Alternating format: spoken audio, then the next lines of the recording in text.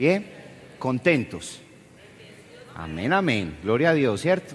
Qué lindo hoy estar reunidos nuevamente como iglesia, como pueblo del Señor para adorarle y exaltarle. Y en esta hermosa mañana quiero compartir con ustedes un pasaje de Isaías, un pasaje lleno de esperanza, lleno de bendición, uno de esos pasajes hermosos que uno siempre quisiera llevar en su corazón, que ese pasaje nunca se olvidara. Y es uno de los pasajes más conocidos, es uno de los pasajes más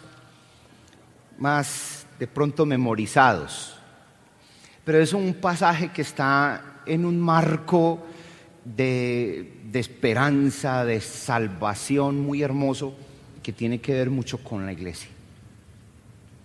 Y se encuentra en el capítulo 26, en el versículo 3.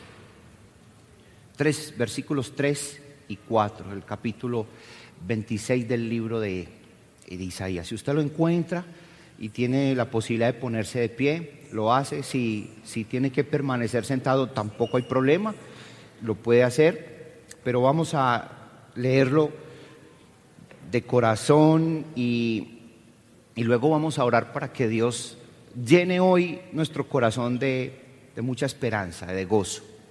¿Sí? ¿Quiere usted eso? Yo quiero eso. Esa ha sido mi meta para este sermón, que hoy salgamos de aquí llenos de esperanza, porque hay esperanza. Capítulo 26, versículos 3 y 4 dice: tú guardarás en completa paz a aquel cuyo pensamiento en ti persevera, porque en ti ha confiado. Confiad en Jehová perpetuamente, porque en Jehová el Señor está la fortaleza de los siglos. Amén. Pasaje hermoso, ¿no? Pasaje maravilloso, pasaje muy precioso, que yo lo he titulado Alcanzando completa paz en la santidad de Dios. Alcanzando la completa paz en la santidad del Señor. Y como en Isaías, lo que se pretende es que nosotros descubramos cómo se recupera la santidad a Jehová. En Isaías lo que se está enseñando es cómo el pueblo, por su distanciamiento con el Señor, cayó en una condición de, como lo mencionó el mismo profeta Isaías, podrida llaga. Estaban mal, sus pecados los habían gobernado, dominado. Y en el capítulo 24, que tuvimos la oportunidad de predicarlo hace 8 días, allí encontramos el juicio de Dios sobre toda la tierra. Y habíamos estado allí analizando que acontecerá en aquel día que Jehová castigará al ejército de los cielos en lo alto y a los reyes en la tierra sobre la tierra, y serán amontonados como se amontonan a los encarcelados en mazmorra, y en prisión quedarán encerrados y serán castigados después de muchos días. La luna se avergonzará y el sol se confundirá cuando Jehová de los ejércitos reine en el monte de Sión y en Jerusalén, y delante de sus ancianos sea glorioso. Frente a este juicio que nos plantea el capítulo 24, la solución era volver los ojos al Señor, confiar en el Señor nuevamente. Cuando Isaías nos plantea el reino de Dios está propuesto, está ya realizado, ejecutado. Cristo reina. Tiene como propósito es que nosotros volvamos otra vez a confiar en que Jesucristo es el Rey, es el Señor de señores. Y si eso ocurre, entonces el profeta Isaías en el capítulo 24 nos da señales de eso. Capítulo 25 dice, versículo 1, Jehová, miren lo que comienza diciendo el profeta. ¿Jehová qué? Tú eres mi Dios. Hay una confesión, hay un reconocimiento de que Él es el único Dios. Si reconocemos que Él es nuestro Dios, el juicio planteado en el capítulo 24 cambiará para nosotros. Se ejecutará, sí, pero para todo aquel que crea en el Señor, reconozca: tú eres mi Dios, te exaltaré, alabaré tu nombre porque has hecho maravillas, tus consejos antiguos son verdad y firmeza. El profeta Isaías está otra vez invitando, no solo aquí al pueblo de Israel en este contexto, sino también hoy a nosotros. Estamos frente a una realidad. Habrá juicio, ¿cierto o no? Habrá un juicio final. El Señor juzgará las naciones, juzgará a cada uno de nosotros. Ese juicio de condenación solo se puede evitar de una manera, y es aquí en vida, creyendo que Él es el Rey de Reyes, que Él es el único Dios, exaltando y alabando su nombre.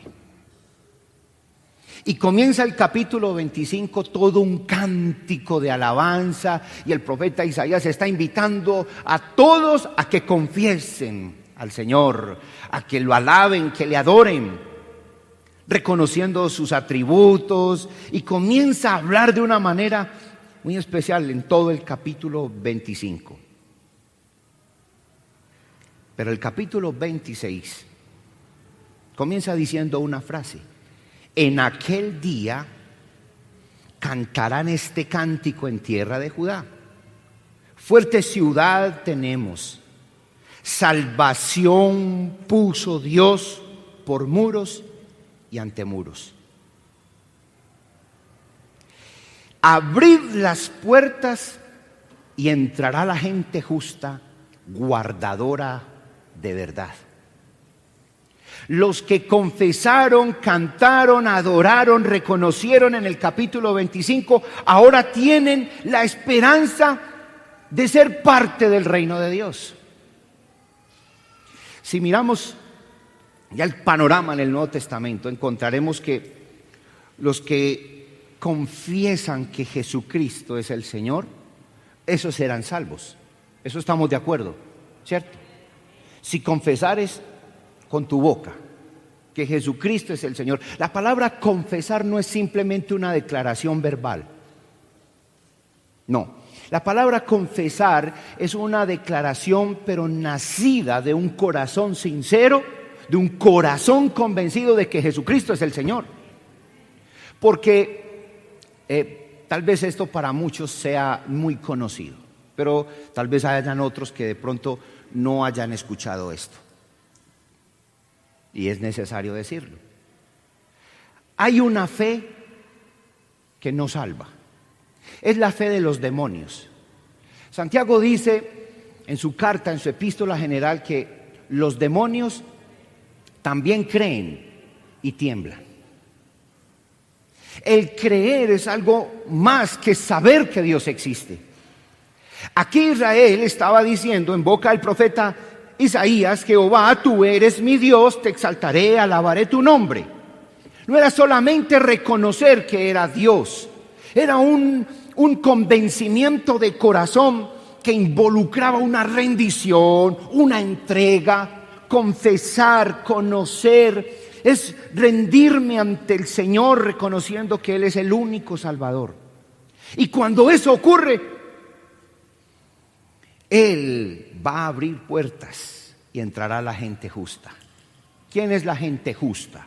La gente justa son aquellos justificados por Jesucristo, los justificados por fe.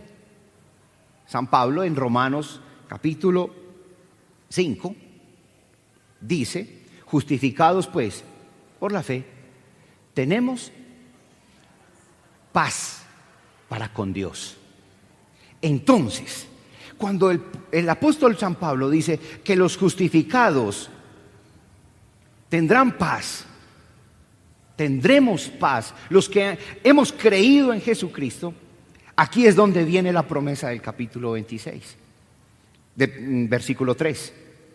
Dice: tú guardarás en completa paz a aquel cuyo pensamiento en ti persevera, porque en ti ha confiado. ¿Cómo se alcanza esa santidad en el Señor?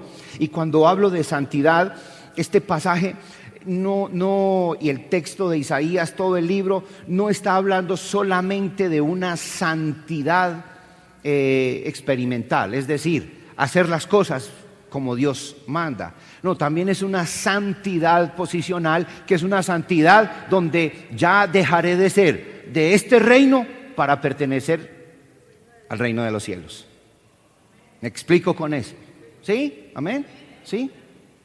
Entonces, ¿cuál es la propuesta del profeta Isaías? ¿Cómo se adquiere eso? Lo primero que yo veo es que Dios nos guardará en completa paz si en Él confiamos. Si Él es nuestra confianza.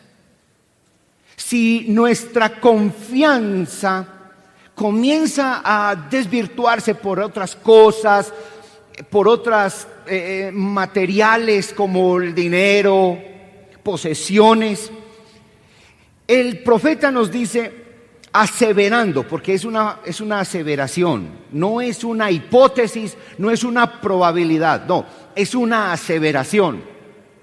Tú, refiriéndose al Señor, guardarás en completa paz a aquel cuyo pensamiento en ti persevera, porque en ti ha confiado. Es necesario que para que nuestro corazón experimente paz, confíe en el Señor. Dios nos guardará en completa paz porque en Él hemos confiado. Si no hay esa confianza en Él, usted va a perder la paz. Usted se va a intranquilizar, usted va a empezar a sufrir, usted se va a empezar a angustiar. ¿Cómo así que en Él hemos confiado? Yo creo que es necesario dejar para el creyente, a veces eso no se logra rápidamente, a veces eso hay que irlo logrando. ¿A qué me estoy refiriendo? A que tenemos que ir dejando de confiar más en nosotros mismos y confiar más en Él. Cada día más desconfianza de mí y más confianza en Él. Eso es directamente proporcional. Si yo dejo de confiar en mí, más debo estar confiando en Él.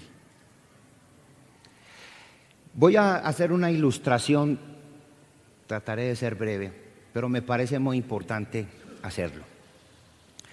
Hubo una iglesia en el Nuevo Testamento que le pasó eso. Esa iglesia, y quiero que vayamos a Apocalipsis capítulo 3. Apocalipsis. Ay, qué susto, pastor, Apocalipsis. No, Apocalipsis fue escrito para que la iglesia tenga esperanza. O sea que es pertinente hoy hablar de esto. Capítulo 3,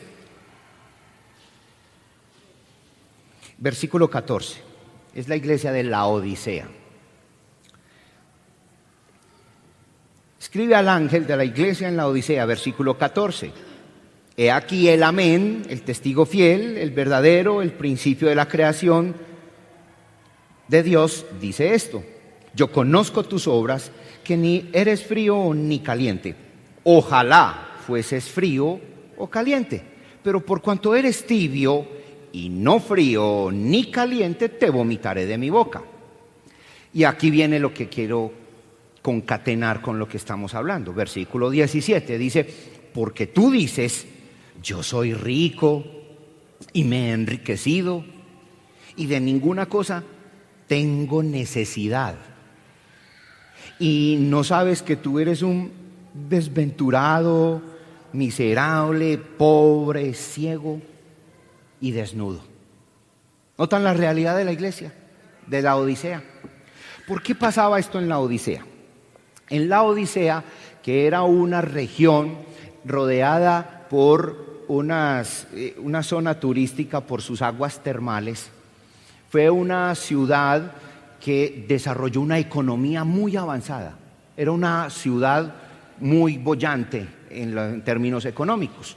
Y esta ciudad, pues, fue una ciudad que permitió que muchas personas crecieran económicamente. Y en esa ciudad tan rica se establece una iglesia que es conocida como la iglesia de la Odisea. Al parecer, dicen los historiadores, en esta ciudad, esta iglesia, hubo un terremoto. Y en ese terremoto la ciudad fue devastada, fue destruida. Las edificaciones se cayeron. El gobierno quiso intervenir para hacer una ayuda y proveer económicamente para reconstruir la ciudad.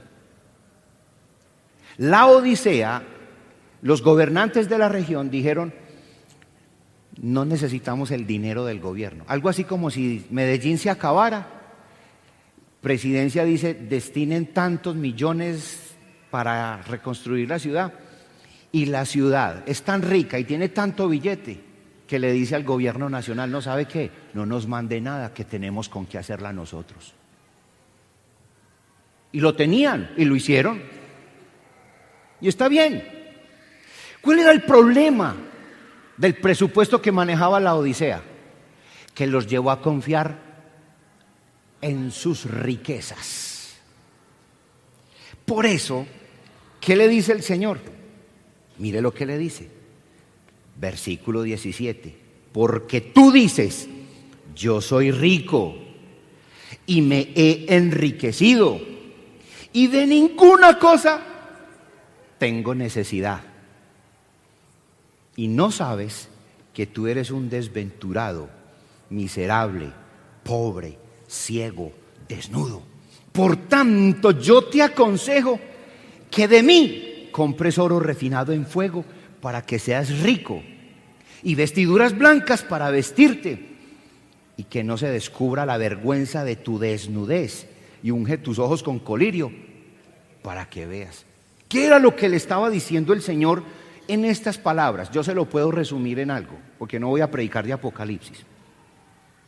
Lo que el Señor le está diciendo es: confíen en mí. Eso es lo que el Señor les está diciendo. ¿Y por qué se los está diciendo? ¿Cómo se los está diciendo? Se los dijo en las siguientes palabras: he aquí el amén, versículo 14. He aquí el amén. El amén, la palabra amén es una palabra de certeza, de firmeza, ¿sí? De que no se mueve. El Señor está diciendo: yo soy el firme, yo soy la fortaleza. Ustedes tienen enfrente suyo al amén. ¿Quién es el amén? Jesucristo. En el caso de Apocalipsis es el Señor. Por eso los que empiezan a confiar en otras cosas, a ellos se les tiene que presentar Jesucristo como el amén. Mire, no confíe en su fortaleza económica, no confíe en la fortaleza de sus posesiones. Es más, no sea tan confiado aún en la salud de la que usted goza, porque cuando somos jóvenes comemos de todo, somos desorganizados en la alimentación y abusamos de nuestra salud. ¿Por qué? No, eso a mí no me cae mal. Oiga, el estómago mío es de gamín. Eso, vea, yo puedo comer hasta tachuelas, no pasa nada. Espere y verá que le lleguen los años. Y verá, le pasa la factura. Los años le cobran a uno, porque uno es muy confiado. Y en la juventud uno sí que es agrandado. Uno es muy agrandado. Uno cree que el mundo está... ¿Cierto? Espere y verá. Por eso, algunos de las hermanas me dicen que es que yo no los dejo tomar mucho azúcar. Cójala suave con el azúcar. Eso hace daño. Yo estoy haciendo mi esfuerzo, a mí también me toca luchar con él, yo estoy haciendo mi esfuerzo por hacer eso. Pues no se tome un tinto con 4 cucharadas de azúcar. Porque abusamos de nuestra salud y estamos confiando en que siempre seremos unos fuertes. Y después usted tiene que aplicar inyecciones de insulina, tienen problemas etcétera, etcétera. Ustedes saben, para yo no dedicarme aquí a hablar ni dármelas de médico, porque de eso no sé. Lo que sí sé es que debo confiar es en el Señor y que gracias a Él puedo tener salud y que gracias a Él puedo tener algo para sobrevivir en este mundo, para vivir. Pero si mi presupuesto, mi arrogancia me lleva a confiar en mí mismo, ¿cuándo el Señor me guardará en completa paz? Si la palabra del Señor me está diciendo es que Él guardará en completa paz a aquel cuyo pensamiento en Él persevera y en Él confía. Estoy explicándome bien, iglesia. Confiemos en el Señor. Rico, si usted tiene presupuesto, maravilloso. Si usted tiene una economía de parte de Dios, a mí eso me alegra, que usted sea un hombre o una mujer próspera en el Señor. Pero guarde su corazón de no confiar en eso. Nunca pierda la confianza en el Señor, porque si usted empieza a poner su confianza en eso, usted va a empezar a hacer un montón de cosas para conservar ese dinero. Usted va a entrar en un montón de cosas y a veces hasta incurren en cosas ilegales para que ese dinero no se le, ¿cómo diríamos aquí en Medellín? Como que no se le escurra entre los dedos. Cuidado, iglesia. Mire, lo que el Señor y el profeta Isaías está diciendo después de encarar ese juicio, Él le está diciendo a su pueblo que confiemos en el Señor.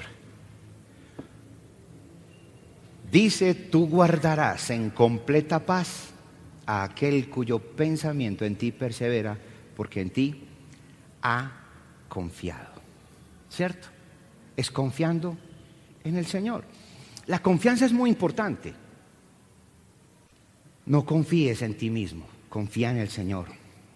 Proverbios 28-26 dice: el que confía en su propio corazón es un necio, pero el que camina con sabiduría será librado.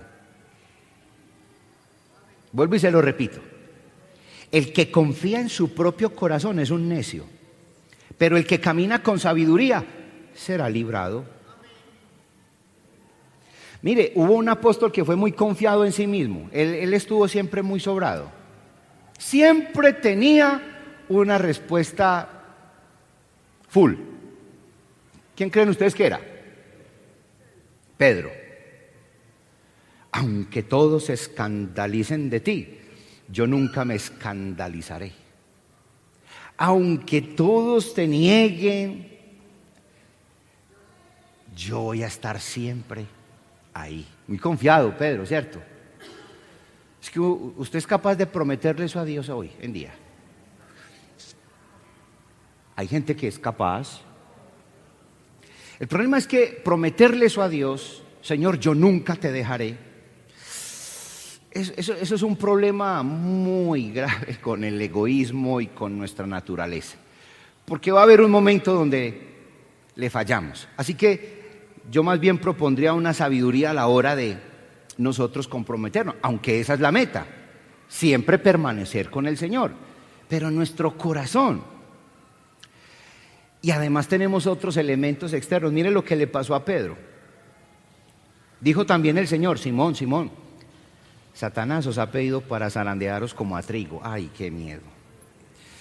Pero yo he rogado por ti para que tu fe no falte. Y tú, una vez vuelto, confirma a tus hermanos.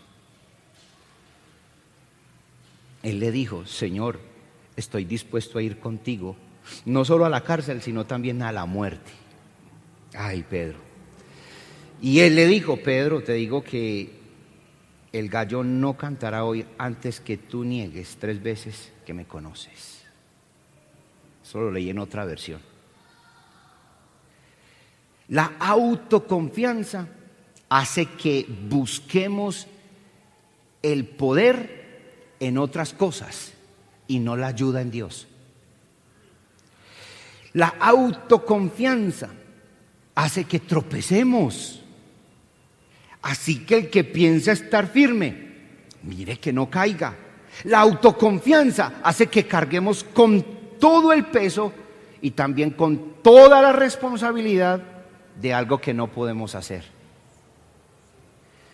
Así que cuidado con su autoconfianza, te puede hacer daño. El profeta Isaías nos está diciendo, Él guardará en completa paz a aquel cuyo pensamiento en Él persevera, porque en Él ha confiado. Que la confianza de la Iglesia Bautista Prado Centro nunca sea su presupuesto. Nuestra confianza no es el dinero. Lo que nos da seguridad tampoco es este templo tan grande. Lo que nos da la seguridad es el Señor. Es necesario recuperar eso. A veces nos angustiamos por los afanes de la vida, pero yo creo que es importante retomar eso. El salmista lo expresó de la siguiente manera: Jehová está conmigo. Dígalo bien. Salmo 118, versículos 6 al 7, para que usted lo subraye, pues. Salmo 118, versículos 6 y 7 dice, voy a esperar que lo encuentre.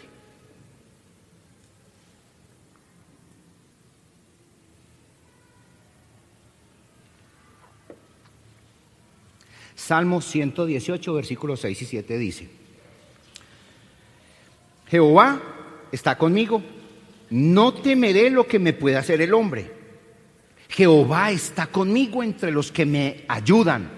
Por tanto, yo veré mi deseo en los que me aborrecen. Nota la seguridad del salmista. ¿No lo notaron? Vuelvo y lo repito. Jehová está conmigo. Amén. ¿Sí? No temeré lo que me pueda hacer el hombre. Jehová está conmigo entre los que me ayudan. Por tanto, yo veré mi deseo en los que me aborrecen. El versículo 8 dice, mejor es confiar en Jehová que confiar en el hombre. Mejor es confiar en el Señor. Iglesia, confiemos en el Señor. Si la hemos perdido, recuperemos eso. Eso nos llevará a una santidad al Señor. Descansemos en Él. Confiemos en nuestro Padre Celestial. Confiemos en nuestro Señor. Segundo aspecto que veo en el pasaje. El primero, Dios nos guarda en completa paz porque en Él hemos confiado. El segundo aspecto es que Dios nos guardará en completa paz porque nuestro pensamiento persevera en Él o se mantiene en Él. Y eso es muy clave para la iglesia. Es clave que la iglesia, su pueblo, mantenga su mente, su corazón enfocado en el Señor. Cuando uno se distrae, cuando uno se independiza del Señor, pierde la paz.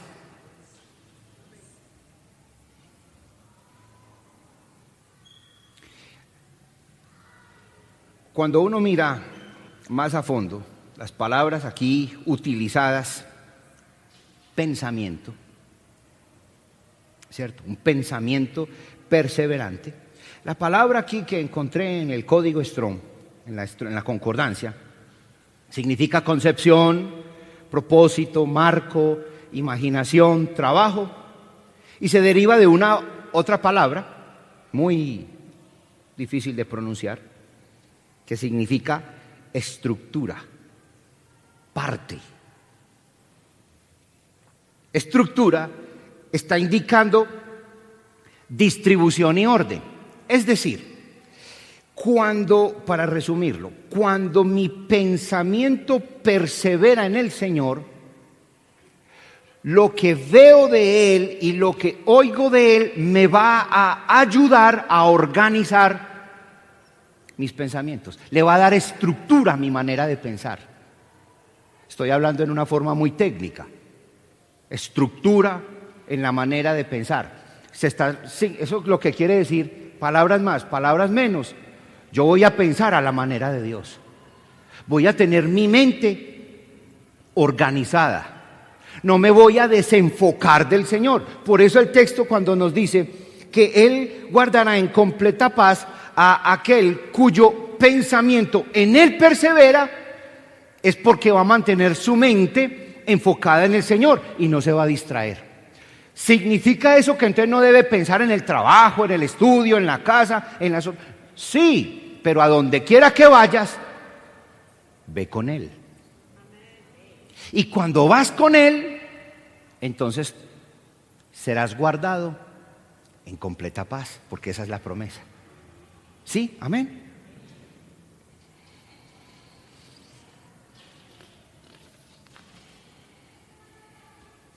¿Qué significa un pensamiento perseverante? Pues un pensamiento perseverante, muchos pueden definir muchas cosas, pero quiero compartir con ustedes tres cosas que pues me ayudaron mucho y me parecen muy importantes tenerlas en cuenta. La primera es hacer que el Señor sea siempre esa porción de mi alma, ese pensamiento constante, que sea lo primero de mi alma. ¿Por qué hablo de esto? Es que a nuestro alrededor abundan los que buscan vanamente un contentamiento fuera del Señor, en cosas materiales, en diversión, en fama. Creo que el dinero, no hay problema con el dinero. Quiero ser claro con eso. Yo no tengo un problema con el dinero. Pero buscar ese descanso en eso, en los bienes materiales, en la diversión, en el prestigio social, en los placeres, serán como tinajas rotas. Mire, a uno nunca lo sacia el dinero. Usted hoy tiene tanto y mañana quiere más. Eso nunca lo va a saciar a uno. Eso siempre es como uno cargar una olla con un roto. Como es de maluco uno cuando le toca ir a recoger agua y una olla rota. Llega uno a la casa ya con media olla. Vacío. ¿Qué es lo que nos está enseñando este pasaje? Que si nosotros debemos tener los pensamientos puestos en el Señor, dejemos de creer que hay otra cosa que es mejor. Tan aburrida la iglesia. A los que recién se han convertido se encontrarán con vecinos, amigos, familia, y qué pereza ustedes todos los días metidos allá. Todos los días, pues, que enamoró del pastor, ¿o qué? Le está dando toda la plata al pastor. Y todo, siempre la culpa de todo es el pastor. El pastor. La segunda es que siempre que recibamos algo, reconozcamos que viene de Dios. Mire, el pensamiento que persevera, el pensamiento que se mantiene, no solamente se enfoca en Dios, sino que sabe, reconoce, admite que todo lo que tiene proviene de Dios. Si usted se aleja del Señor, usted va a empezar a creer que todo lo que usted tiene es por su esfuerzo, es por su propia capacidad. Pero no olvidemos que toda buena dádiva y todo don perfecto proviene de lo alto, del Señor.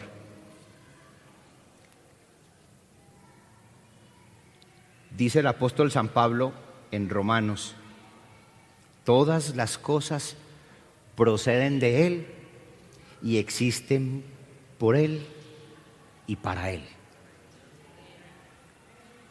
Entonces Romanos 11:36 dice: todas las cosas proceden de Él y existen por Él y para Él. Siempre debemos tener en nuestro corazón que lo que tengamos es porque Dios nos lo ha dado. Así que lo que tenemos es para su gloria, es para su honra. Y lo otro, para finalizar este segundo punto. El pensamiento que persevera en el Señor, el pensamiento que se mantiene puesto en el Señor, pone su futuro en Él. Una de las cosas que más nos da miedo a los seres humanos es el futuro. ¿Qué va a pasar? ¿Será que sí? Es más, nosotros trabajamos y nos esforzamos todos los días para poder subsanar algo en el futuro, ¿o no? Todo lo queremos en el futuro. ¿Por qué guardamos platica en el banco? ¿Por el pasado o por el presente? Pues para el futuro de los hijos. Nosotros, ¿para qué guardamos en la alacena y vamos racionando la alimentación? Porque es que dice por ahí un cantante que aquel que guarda siempre tiene, ¿cierto? El que tenga un amor, que lo cuide. La salud y la platica, que no la tire. ¿En dónde debe estar siempre enfocado nuestro pensamiento? En el Señor. Descansemos en que el Señor es el que tiene en sus manos el futuro tuyo y mío. Iglesia, si nosotros no confiáramos en que el Señor tiene el futuro nuestro en sus manos, entonces, ¿usted qué está pensando de su salvación? Si su salvación es, aunque ya ocurrió, el ya pero todavía no, que llaman los teólogos, la salvación se consumará en el futuro. Aunque ya estamos desde aquí, pero allá se va a consumar eso. Es en el futuro. ¿Quién tiene esa salvación asegurada? El Señor. Si nosotros confiamos en eso y tenemos la fe que el Señor tiene nuestro futuro en sus manos, ¿por qué tenemos tanto miedo aquí en la tierra? ¿Acaso Él no podrá con esto? Y para finalizar,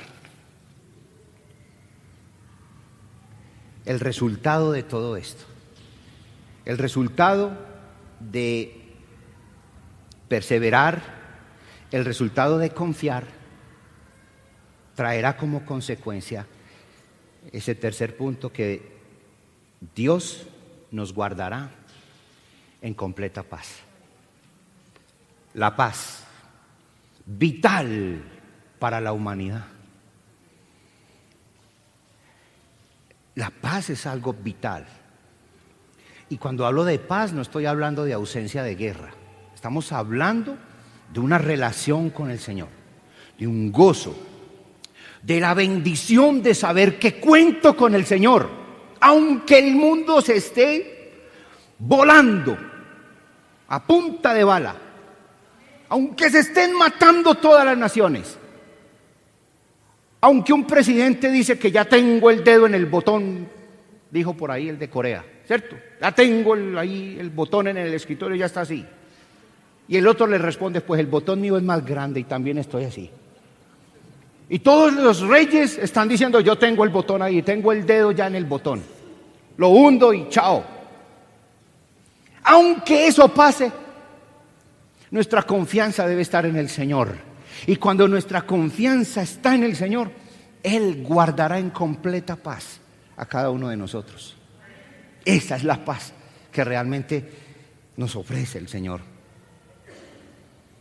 Paz en vez de temor. Proverbios dice, el temor del hombre le pone trampas. El que confía en Jehová está a salvo. Se lo repito, Proverbios 29-25 dice, el temor del hombre le pone trampas. El que confía en Jehová está a salvo. Jeremías 18:7 dice, bendito el hombre que confía en Jehová, cuya confianza está puesta en Jehová, porque será como el árbol plantado junto a las aguas, que junto a la corriente echará sus raíces. No temerá cuando llegue el calor, sino que sus hojas estarán verdes. El salmista dijo en el Salmo 118:6, Jehová está conmigo, no temeré lo que me pueda hacer el hombre. Paz en vez de miedo. Paz en vez de ira y envidia y rencor y amargura. Un corazón, no hay un corazón que sufra más que un corazón amargado, iracundo. Sí, se dice iracundo, ¿cierto? Lleno de envidia. Eso no descansa nunca. Usted lleno de envidia empieza a llegar a la iglesia y empieza a mirar.